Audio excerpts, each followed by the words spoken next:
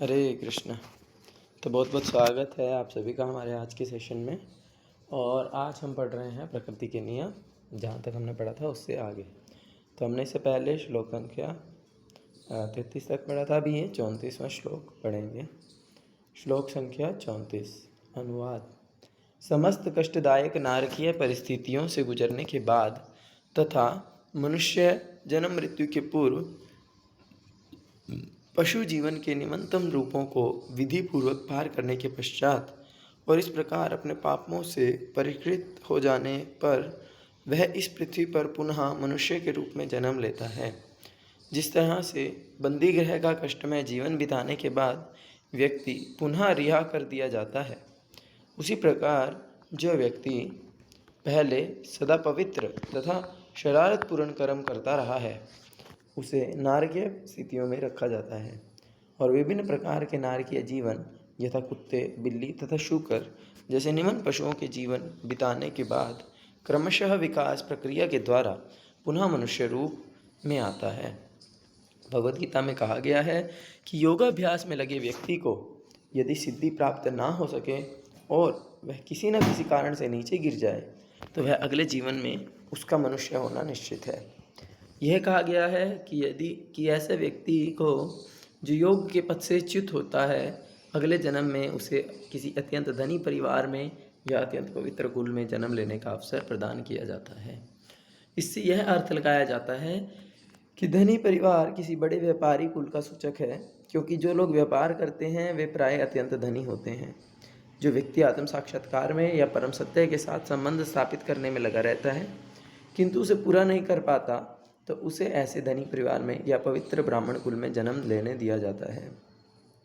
दोनों ही तरह से उसे अगले जीवन में मानव समाज में जन्म लेने की गारंटी रहती है। अतः यह निष्कर्ष निकला कि यदि कोई व्यक्ति तामिश्र या अंध तामिश्र जैसे नरक में नहीं जाना चाहता तो उसे कृष्ण भावनामृत की विधि अपनानी चाहिए, जो प्रथम कोटि की योग पद्धति है। क्योंकि यदि कोई इस जीवन में पूर्ण रूपेण कृष्ण भावनामृत को प्राप्त नहीं कर पाता तो कम से कम अगले जन्म में मानव परिवार में उसका जन्म निश्चित है, उसे नरक नहीं भेजा जा सकता। कृष्ण भावनामृत शुद्धतम जीवन है और यह सभी मनुष्यों को कुकरों या शुकरों के परिवार में जन्म लेकर नरक में गिरने से बचाता है।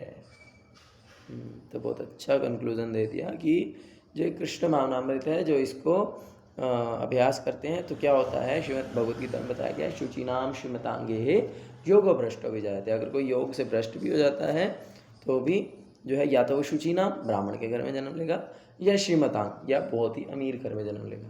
तो दोनों ही अवस्थाओं में उसके पास अच्छा अपॉर्चुनिटी है जिसमें कि वो भगवान की ओर पुनः आगे बढ़ सकता है। यहाँ पर हमारा ये जो था ये ख़त्म हो गया और आज हम शुरू कर रहे हैं अब नेक्स्ट चैप्टर, शांति का सूत्र। तो कोई पढ़िए प्लीज़, शांति का सूत्र अध्याय 3।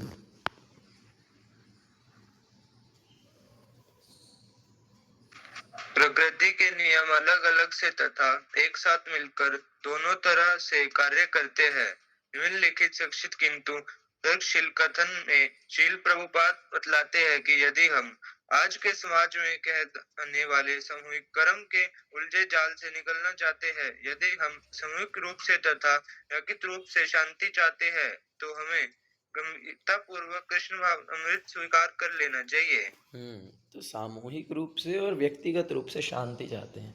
व्यक्तिगत मीन्स पर्सनल, अपने अपने जीवन में शांति चाहते हैं, और सामूहिक मीन्स सबके जीवन में शांति चाहते हैं। तो क्या करना होगा, हमें गंभीरतापूर्वक कृष्ण भावनामृत को स्वीकार करना होगा।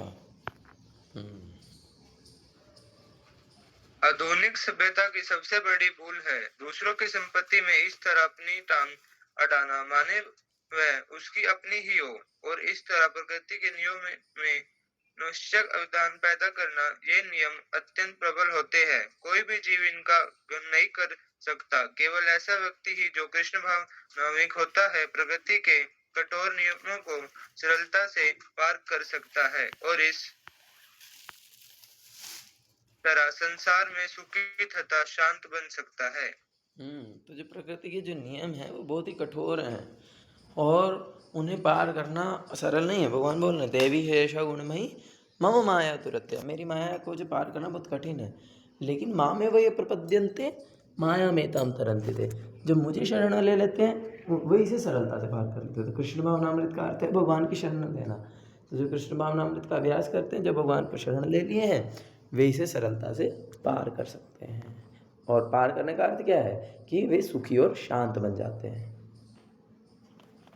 जिस तरह राज्य की सुरक्षा कानून तथा व्यवस्था विभाग द्वारा की जाती है, उसी तरह ब्रह्मांड का यह राज्य, जिसमें यह पृथ्वी एक शुद्ध खंड के रूप में है, प्रकृति के नियमों द्वारा सुरक्षित है। यह भौतिक वास्तविकता में जो पृथ्वी है तो कुछ भी नहीं है। पूरे ब्रह्मांड में एक क्षुद्र कण, मतलब एक बहुत छोटे से कण के बराबर है, कुछ भी नहीं है। मतलब क्या बोलते हैं उसको, ना के बराबर है ऑलमोस्ट। इतना बड़ा ब्रह्मांड है, उसका केवल बहुत छोटा सा पार्ट है पृथ्वी, और उस पर भी प्रकृति के नियम पूर्ण रूप से कार्य करते हैं। प्रकृति उन ईश्वर की शक्तियों में से एक है जो प्रत्येक वस्तु के परम स्वामी है। इसलिए यह पृथ्वी ईश्वर का संपत्ति है, किंतु हम जीव विशेषता तथा अति सभ्य मानव प्राणी की तथा समस्तिक मिथ्या धारण वंश ईश्वर की संपत्ति को अपना बताते हैं। यदि आप शांति चाहते हैं तो आपको अपने मन में तथा विश्व से इस विद्या धारण को दूर करना होगा। पृथ्वी पर मनुष्य जाति द्वारा स्वामित्व का यह विद्या की पृथ्वी पर शांति को विचलित करने का आंशिक अथवा पूरा कारण है। क्योंकि ना स्वामित्व जताना चाहते हैं। वो सोचते हैं, अमेरिका सोचता है कि मैं रशिया के ऊपर मतलब मेरा कंट्रोल हो, रशिया सोचता है यूक्रेन के ऊपर मेरा कंट्रोल हो, भारत सोचता है पाकिस्तान के ऊपर मेरा कंट्रोल। ये जो कंट्रोलिंग टेंडेंसी है, ये जो स्वामित्व का भाव है कि मैं मालिक हूँ, मैं सब कुछ कंट्रोल करूँ, इसी के कारण सारे दुख हैं इस संसार में। इसी का कारण जो है पूरे पृथ्वी पर विचलितताएँ हैं, पूरे संसार में शांति नहीं है। तो इसीलिए ये यहाँ पर बताया गया स्वामित्व का भाव होना। इसलिए अगर हम शांति चाहते तो बेसिकली हमको स्वामित्व के जो भाव है उससे मुक्त होना होगा। देखो आगे बता भी रहे हैं, पढ़ो। मूर्ख तथा सभ्य लोग ईश्वर की संपत्ति पर अपने स्वामित्व का दावा कर रहे हैं, क्योंकि वह अब ईश्वरहीन हो गए हैं। ईश्वरहीन समाज में आप सुखी और शांतिपूर्ण नहीं रह सकते। भगवत गीता में भगवान कृष्ण कहते हैं कि वह ही जीवों के समस्त कर्मों के वास्तविक मुक्ति है, वह ही समस्त ब्रह्मांडों के परम स्वामी है, और वह ही समस्त प्राणियों के शुभवंशी मित्र है। जब वृक्ष के लोग उसकी शांति के सूत्र के रूप में जानेंगे, तभी शांति बनी रह सकेगी। तो देखो यहाँ पर ये जो बताया गया है कि भाई स्वामित्व का भाव होने से कष्ट हैं, और वास्तविक स्वामी कौन है? वास्तविक स्वामी कृष्ण है। वास्तविक भोक्ता कृष्ण, भोक्ता राम यज्ञ तपसा सर्वलोकमहेश्वरम सूर्यदम सर्वभूतानां ज्ञात्वा मां शान्तिमरिच्छति। तो शांति का सूत्र तो ये है ना भगवद गीता में जो बताया गया कि वास्तविकता में जो भोक्ता है वो भगवान है। वास्तविकता में प्रत्येक वस्तु का स्वामी जो है वो भगवान है, हम नहीं है। ये सबसे पहली चीज समझने के लिए है। इसलिए यदि आप तानिक भी शांति चाहते हो, तो आपको अपनी चेतना को चित रूप से तथा सामूहिक रूप से ईश्वर के पवित्र नाम के कीर्तन की सरल विधि द्वारा कृष्ण भावनामृत में बदलना होगा। संसार में शांति पाने के लिए ये मानक तथा मान्य विधि है। इसलिए हम स्तुति करते हैं कि प्रत्येक व्यक्ति हरे कृष्णा कृष्णा कृष्णा हरे हरे, हरे राम राम राम हरे हरे का कीर्तन करके कृष्ण अपने बन। यही है, बहुत सरल तरीका है कि हरे कृष्णा मंत्र जप करना है। इसलिए प्रभुपाद होता है चैंट एंड बी हैप्पी, जप करो खुश रहो। यही है मोहित प्रभु आगे। यह व्यवहारिक सरल ग्रंथ है। इसी सूत्र के 400 वर्ष पर 500 वर्ष 500, हाँ ये 500 है। भारत में श्री चैतन्य महाप्रभु ने शुरू किया और अब यह विश्व भर में व्यक्त है। आप कीर्तन की इस सरल विधि को ग्रहण करें, भगवत गीता यथारूप पढ़कर अपनी वास्तविक स्थिति का अनुभव करें और कृष्ण ईश्वर के साथ अपने लुप्त संबंध को फिर से उपस्थित करे। इसके तुरंत व्यापी परिणाम होगा शांति तथा संपन्नता। हरे कृष्ण। तो आज जो है हमारी जो ये प्रकृति के नियम पुस्तक है वो पूर्ण हो गई है, और हम कल से अपनी, कल तो आई थिंक वीरवार है ना, आज बुधवार है ना। जी प्रभु। हाँ, तो कल से तो नहीं, नेक्स्ट मंडे से हम एक नई बुक शुरू करेंगे, और कल से तो हम जो हमारा चैतन्य महाप्रभु का शिक्षामृत जो हम पढ़ रहे थे उसको कंटिन्यू करेंगे। तो चलो, आज तो बहुत जल्दी हमारा इन टाइम सब खत्म हो गया। तो बहुत ही सुंदर पुस्तक थी, बड़ा ही आनंद आया इसमें। अगर मैं समराइज़ करूँ तो हमने स्टार्टिंग से जब पढ़ना प्रारंभ किया था तो सबसे पहले हमने ईशोपनिषद के श्लोकों को पढ़ा था, है ना। और क्या बोलते हैं, ईशोपनिषद के बहुत ही सुंदर सुंदर श्लोक जो थे। एक सेकंड, मैं इधर इसको बंद कर दूँ। स्क्रीन शेयरिंग बंद हो गया ना। जी प्रभु। यस। तो जब हमने शुरू में पढ़ना शुरू किया था तो इस प्रकृति के नियम बुक में पहले जो है वो ईशोपनिषद के श्लोकों को चर्चा किया गया था। प्रभुपाद जी ने जो ईशोपनिषद पर कमेंट्री दिया, जिससे हम समझ पाए ईशावास्यमिदं सर्वम, भगवान का वास्तविक स्थिति क्या है, उसको हमने समझा, प्रकृति के नियमों को समझा। और फिर उसके बाद नेक्स्ट पार्ट में जो है कपिल मुनि की जो शिक्षाएं हैं, स्वयं भगवान कपिल देव जो हैं वो स्वयं भगवान हैं, स्वयं भगवान के अवतार हैं। उन्होंने अपनी माता देवहूति को जो शिक्षाएं दी हैं श्रीमद् भागवतम के 3रे स्कंद में, उसके 30वें अध्याय के कुछ श्लोकों का अनुवाद और तात्पर्य हमने पढ़ा, जिसमें कि हमने उन कर्मों के अनुसार मिलने वाले फलों के अनुसार जो नरक में जो व्यक्ति को जाना पड़ता है उसके वर्णन को सुना, और किस प्रकार से हम उससे बच सकते हैं वो भी बताया गया। और लास्ट चैप्टर जो कि आज हमने पढ़ लिया है, शांति का सूत्र, वो तो भी बहुत अच्छा था, किस प्रकार से हम शांति को प्राप्त कर सकते हैं। तो वास्तविकता में ये जो पीस फॉर्मूला है, ये जो शांति का सूत्र है, ये श्रीमद् भगवद गीता में 5वें अध्याय में वर्णन किया गया है। बहुत सुंदर श्लोक है, प्रभुपाद जी को बहुत सरल तरीके से एक्सप्लेन किए हैं। भोक्ताराम यज्ञ तपसाम सर्वलोक महेश्वरम सुहृदम सर्वभूतानाम ज्ञात्वा माम शांतिमरिच्छति। क्या बहुत सुंदर 3 चीज़ें बोल रहे हैं। क्या? भोक्तारहम यज्ञ तपसाम, दूसरा सर्वलोक महेश्वरम, तीसरा सुहृदम सर्वभूतानाम, फिर क्या बोला? ज्ञात्वा माम, जो मुझे इस प्रकार से जानता है, शांतिमरिच्छति, वह शांति को प्राप्त कर सकता है। तो क्या 3 चीज़ें हैं उनको हम समझते हैं। तो सबसे पहले बोला भोक्तारहम। मेरी आवाज़ नहीं आ रही है? आ रही है प्रभु, साफ आ रही है। शुभम प्रभु, शायद हो सकता है आपके एंड में थोड़ा सा इशू है, आप थोड़ा सा चेक कीजिए। तो मैं क्या बोला था, भोक्ताराम यज्ञ तपसाम। तो यज्ञ का अर्थ होता है बेसिकली कुछ करना, जैसे यज्ञ वही विष्णु, विष्णु की प्रसन्नता के लिए जो भी कार्य किया जाता है वो उसे यज्ञ कहते हैं। तो यज्ञ और तपस्या मीन्स कुछ नहीं करना, कुछ छोड़ना, है ना।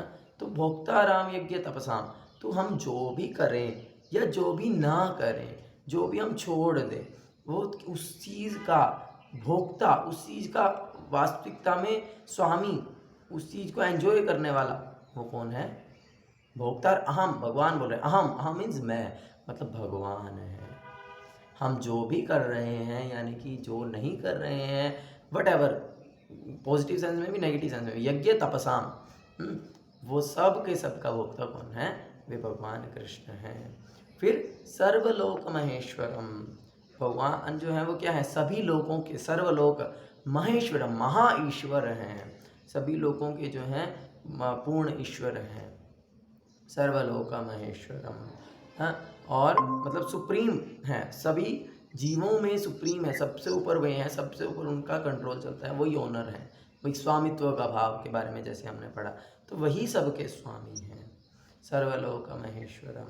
देन सुहृदम सर्वभूतानां, सुहृद हैं। सुहृद का अर्थ क्या है? इसको हम बहुत बार पहले भी चर्चा किए हैं, है ना। जैसे फ्रेंड जिसको हम इंग्लिश में बोलते हैं, लेकिन संस्कृत में उसके लिए अलग अलग शब्द दिए गए हैं, है ना। जैसे मित्र है, सखा है, बंधु है, और फिर सुहृद है। मित्र मतलब नॉर्मल दोस्त, कि भाई मिलता जुलता है, बातचीत करता है, मित्र है। फिर है सखा, सखा मीन्स जो दोस्त है साथ में रहता है, सखा साथ में रहता है। फिर बंधु, भाई के जैसा संबंध है। जैसे आपने कभी कभी सुना भी होगा, दो दोस्त बोलते हैं कि ब्रदर फ्रॉम अनदर मदर, तो बंधु जैसे एकदम भाई जैसा घनिष्ठ संबंध है, एकदम एक दूसरे के साथ में हमेशा चिपके रहते हैं, एक दूसरे के साथ में ही रहते हैं, जहाँ जाएंगे साथ में ही जाएंगे, बंधु हैं। तो इस प्रकार से और घनिष्ठ संबंध। और फिर आता है सुहृद, सुहृद उससे भी ऊपर है। सुहृद का वास्तविक अर्थ है भला चाहने वाला। तो वो ऐसा दोस्त है जो ना केवल हमारा साथ देता है, ना केवल मेरी बातों को सुनता है, ना केवल उसका नेचर मेरे जैसा है, बल्कि वो मेरा भला भी चाहता है, वो सुहृद है। तो यहाँ पर भगवान क्या बोल रहे हैं, सुहृदम सर्वभूतानाम। तो भगवान सबका वास्तविकता में भला चाहने वाले हैं। हम भगवान से कई बार कुछ चीज़ मांगते हैं और भगवान वो नहीं देते हैं। क्यों?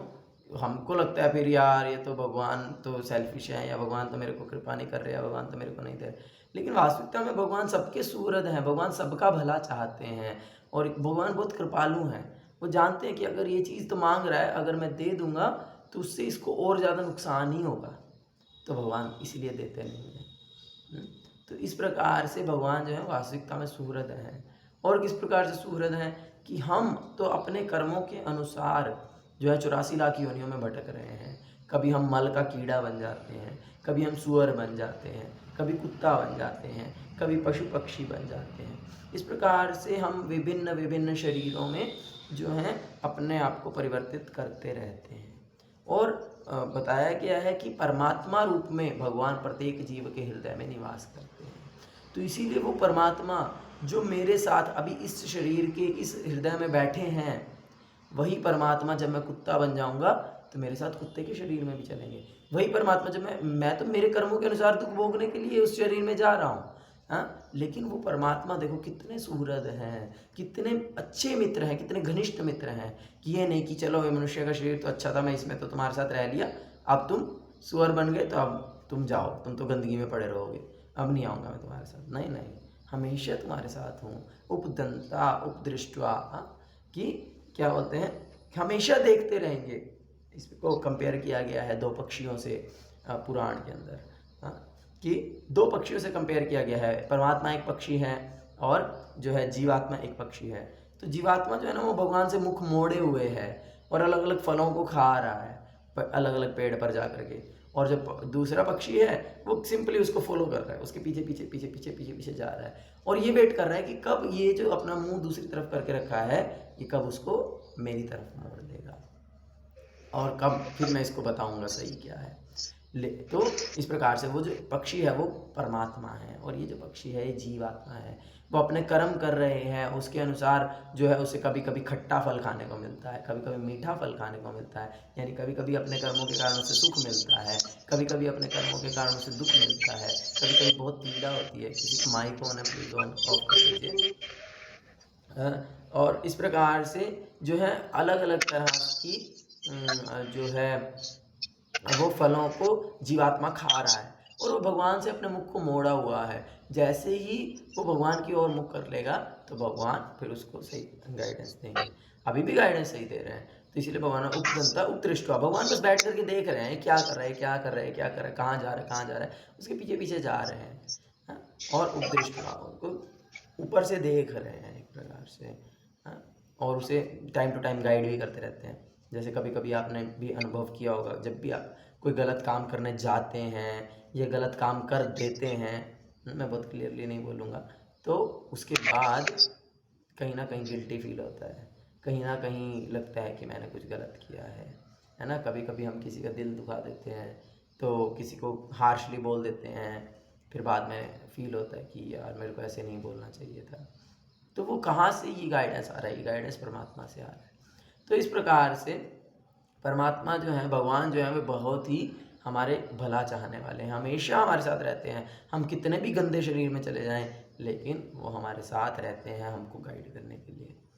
तो इस प्रकार से हमको समझना चाहिए। तो इसीलिए भगवान जो है वे वास्तविक भोक्ता हैं। हम जो भी कार्य, और इससे क्या होगा, जब कोई व्यक्ति इसको मान लेता है वो शांति को प्राप्त करता है ना। शांति को प्राप्त कैसे करेंगे?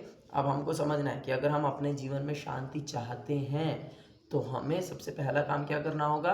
हमें सबसे पहला काम ये करना होगा कि the enjoyer of everything in my life is Krishna. मेरे जीवन में जो कुछ भी है उसका भोक्ता भगवान कृष्ण है। अगर मैं कोई यज्ञ कर रहा हूँ, यज्ञ मैं कोई भी कार्य कर रहा हूँ, अगर मैं कुछ भी कर रहा हूँ, अगर मैं कोई जॉब कर रहा हूँ, अगर मैं कुछ पैसे कमा रहा हूँ, अगर मैं जो है कुछ भी कर रहा हूँ, वट एवर एवरीथिंग, मैं कुछ खाना बना रहा हूँ, मैं कुछ सफाई कर रहा हूँ, इसका एंजॉयर कौन है? भगवान है। ये मैं भगवान के लिए कर रहा हूँ, ये कुकिंग मैं भगवान के लिए कर रहा हूँ, ये क्लीनिंग मैं भगवान के लिए कर रहा हूँ, ये कष्ट जो भी मैं क्या बोलते हैं, जो मैं जॉब कर रहा हूँ मैं भगवान के लिए कर रहा हूँ, जो मेरे पास पैसा कमा करके आ रहा है वो भगवान के लिए आ रहा है।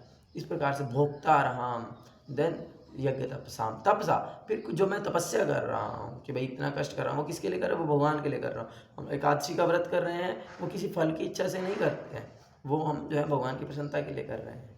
एक भक्त अभी मैं कल रिसेंटली मिला, तो क्या बोलते हैं, वो बोले कि मैं जो जन्माष्टमी है वो निर्जला फास्ट किया था।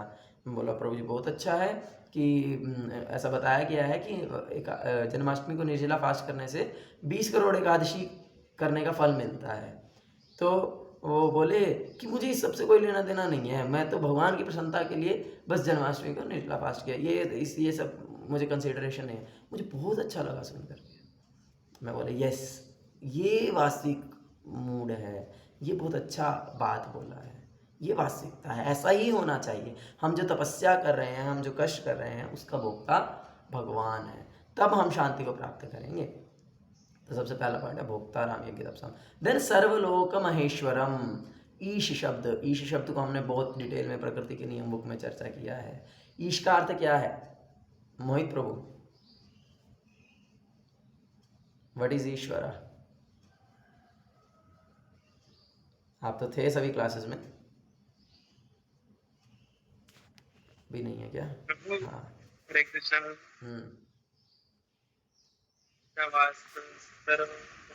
मेरी आवाज नहीं आ रही है?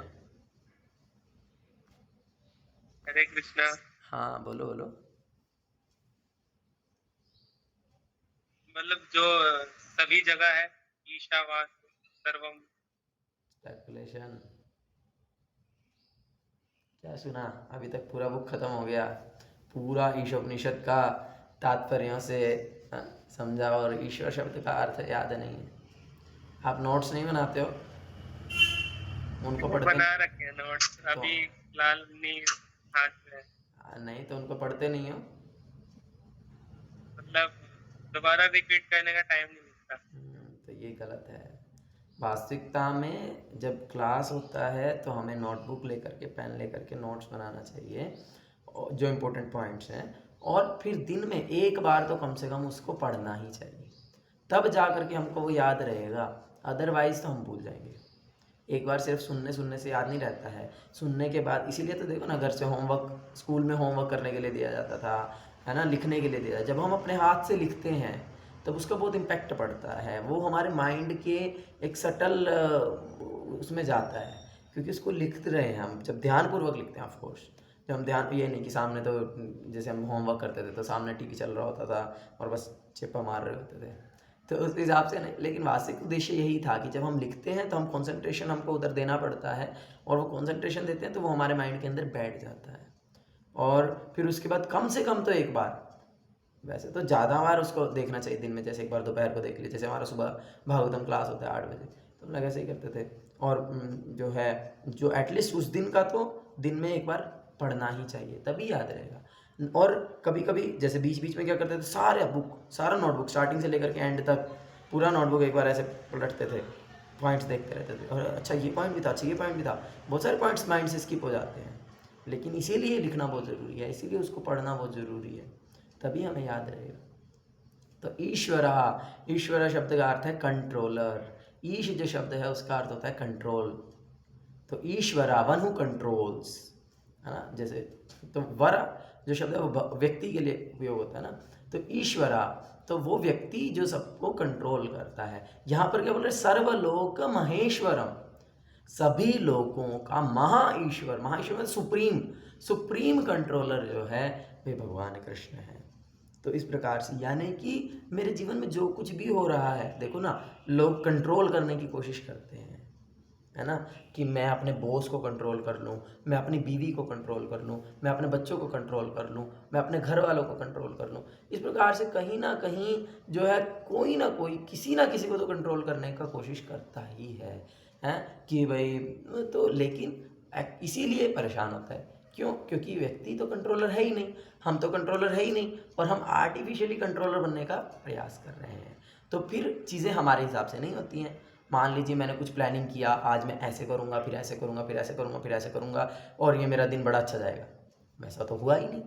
आपने 4 लोगों से मीटिंग करनी थी, वो 4 लोग 1 घंटा लेट आए, उसके कारण आपका सारा शेड्यूल 1-1 घंटा लेट होता चला गया, हैं? तो फिर ये तो आपकी प्लानिंग चली नहीं, उससे आप डिस्टर्ब हो गए।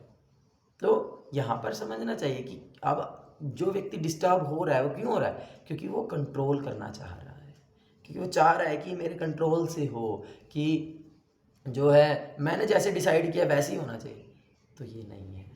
जो कृष्ण भावना भावित व्यक्ति है, अगर हम भगवत गीता की शिक्षा को समझेंगे, अगर हम इस प्रकार से शांति चाहते हैं अपने जीवन में, तो हमें जानना होगा कंट्रोलर कौन है, ईश्वर कौन है। तो ईश्वर हम नहीं हैं, ईश्वर भगवान है, महाईश्वर, हाँ, भगवान कृष्ण है। तो इसीलिए वो जो चाहेंगे वो होगा, by the supreme will of Krishna वो होगा।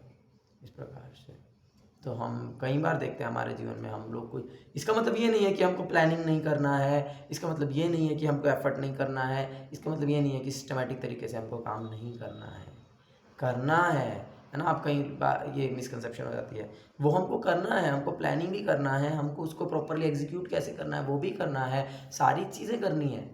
लेकिन जब मेरी प्लानिंग के हिसाब से कार्य नहीं होता है, तब डिस्टर्ब नहीं होना है। तब ये सोचना है कि ठीक है, मैंने तो कुछ सोचा था, आई हैव अ प्लान, मेरा भी एक प्लान था, but Krishna also has a plan, भगवान कृष्ण का भी एक प्लान है। तो इसीलिए जो है हम भगवान कृष्ण के प्लान को मानेंगे। जैसे मैं एक उदाहरण देता हूँ, अभी अभी हमारे मोहित प्रभु जो है गौरांग महाप्रभु का जो बहुत सुंदर विग्रह बना करके करनाल में लेकर के आए थे, आप सबने दर्शन किया होगा।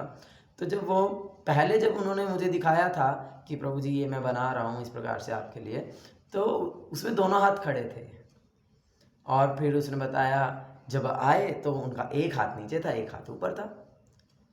तो उन्होंने जब इसका एक्सप्लेन किया तो उन्होंने बताया कि उन्होंने उसको सुखाने के लिए धूप में रखा था, और बारिश आ गई। तो बारिश आने से वो जो मिट्टी थी वो पूरी पिघल गई, तो इस कारण से वो जो तार है अंदर का केवल वो बचा था। तो फिर उन्होंने जो है उसको नीचे की तरफ हाथ करके इस प्रकार से बनाया। तो अब जो है, अब ये तो कितना अच्छा दृष्टांत है किस प्रकार से कि he has accepted the will of Krishna. ऐसा नहीं, अब कोई नॉर्मल व्यक्ति है, उसने बहुत मेहनत करके इतना स्कल्पचर बनाना कोई आसान बात नहीं है ना, उसने बनाया है और वो पूरा का पूरा पानी हो गया, पूरा बह गया, तो कितना डिस्टर्ब हो जाएगा कि अरे मैंने इतना मेहनत किया, मेरा सब मेहनत वेस्ट हो गया, हाँ, इस प्रकार से। लेकिन जो भक्त है देखो उसको पॉजिटिव साइड से लेते हैं, और हो सकता है कि भगवान अब इस तरह से हाथ नहीं चाह रहे थे, भगवान इस तरह से अपना हाथ चाह रहे थे, तो ठीक है अब इस तरह से करके मैं फिर से बनाऊंगा। तो उन्होंने इस प्रकार से बनाया, तो बड़ा अच्छा लगा। और यहाँ पर हम भगवान के कंट्रोल को किस प्रकार से एक्सेप्ट किया गया है वो देख सकते हैं। तो उससे डिस्टर्बेंस नहीं होती है, उससे व्यक्ति का जो माइंड है वो शांत रहता है। तो इसीलिए बहुत ही प्रैक्टिकल पॉइंट्स हैं जिसे हमें अपने जीवन में पालन करना चाहिए कि हर चीज़ का भोक्ता एंजॉयर भगवान है, और हर चीज़ का ईश्वर यानी कि कंट्रोलर भी भगवान है। मुझे जो कार्य है बेस्ट टू बेस्ट करना है, बट उसका बेस्ट रिजल्ट ही मिलेगा ये एक्सपेक्ट नहीं करना चाहिए। Result will be according to my karmas, result will be according to the will of Krishna. जैसा भगवान चाहते होंगे, जैसा मेरे कर्मों के अनुसार होगा, वैसा मुझे भगवान दे देंगे। तो जो व्यक्ति है वो ऐसा व्यक्ति, और भगवान कितने सूरत हैं, भगवान हर स्थिति में मेरा भला चाहने वाले हैं। भगवान कभी भी मुझे ऐसे किसी स्थिति में नहीं डालेंगे जिससे कि जो मेरे लिए गलत हो। तो इसीलिए जब हम इन 3 चीज़ों को अपने जीवन में पालन करेंगे, स्वीकार करेंगे, तभी हम शांति को प्राप्त कर सकते हैं। और कुछ, चलो, हरे कृष्णा कृष्ण कृष्ण हरे हरे, हरे राम राम राम हरे हरे। किसी को कुछ प्रश्न है, कुछ डाउट है तो आप बोल सकते हैं। आज जो हमने चर्चा किया, आज हमारे प्रकृति के नियम पुस्तक पूर्ण हो गया है। और कल तो हमारा जो लास्ट के 3 दिन हम चैतन्य महाप्रभु का शिक्षामृत पढ़ते हैं उसी को कंटिन्यू करेंगे। और उसके बाद जो है हम फिर से नेक्स्ट मंडे से हम एक नई बुक शुरू करेंगे। वो अभी मैं देखता हूँ कि हम कौन सी बुक शुरू करेंगे। तो किसी को कुछ बोलना है? हरे कृष्ण। हाँ जी प्रभु, मेरा प्रश्न ऐसा है कि जैसे हम जब मैं नरसिंहा मूवी देखने के लिए गया था थिएटर में, तो उसमें प्रकृति को एक शरीर के रूप में दिखाया गया था यस कि उनके बाल है और मतलब वैसे ही करके एक देवी है। यस और मतलब अब प्रकृति तो मतलब क्या प्रकृति का रूप वैसे देवी की तरह यस है कि जो मतलब हिरण्यकश्यप ने उसको चुरा लिया था, हिरण्याक्ष ने, सॉरी, और मतलब या फिर पृथ्वी को चुराया था? मेरा ये उसमें समझ में नहीं आया था मुझे। एक्चुअल में जो पहला प्रश्न है तो भूदेवी तो हैं। आप किसी भी श्री संप्रदाय के मंदिर में जाइए, रामानुज संप्रदाय, जैसे अगर आप उस फिल्म में भी देखेंगे, बीच में विष्णु जी का विग्रह है और साइडों में, दोनों साइड में एक एक जो है वो है नीचे में बैठी हुई कमल के फूल पर एक दो देवियां हैं। तो वो श्री देवी और भूदेवी हैं। हमेशा ही भगवान की दो शक्तियां हैं, आप देखोगे। तो जब भगवान विष्णु है तो विष्णु जी के साथ में श्री देवी मतलब लक्ष्मी और भूदेवी मतलब पृथ्वी रहती है। और जब भगवान कृष्ण होते हैं और वृंदावन के कृष्ण, यानी कि जब हम वृंदावन के कृष्ण की बात करें तब उनके साथ राधा रानी होती हैं और चंद्रावली होती है। और जब मथुरा की द्वारिका की बात करें, द्वारिका के कृष्ण की बात करें, तो द्वारिका में भगवान के साथ रुक्मणी और सत्यभामा होती हैं। तो इस प्रकार से मुख्य रूप से सदैव जो है भगवान की मुख्य दो संगिनियाँ रहती हैं, मुख्य दो पार्षद रहती हैं, वो हैं भूदेवी और श्रीदेवी। तो जो श्रीदेवी हैं वे लक्ष्मी जी हैं और भूदेवी जो हैं वो पृथ्वी हैं। तो भू मतलब जो पृथ्वी है, प्रकृति जो है वो केवल इम्पर्सनल फॉर्म में नहीं है, वो पर्सनल फॉर्म में है। और जो आपका ये प्रश्न है कि क्या हिरण्याक्ष पृथ्वी को उठा करके ले गया था या भूदेवी को ले गया था, तो इसके बारे में मुझे देखना पड़ेगा, क्योंकि मैं श्रीमद् भागवतम से इसको उतना डिटेल में नहीं पढ़ा हूँ।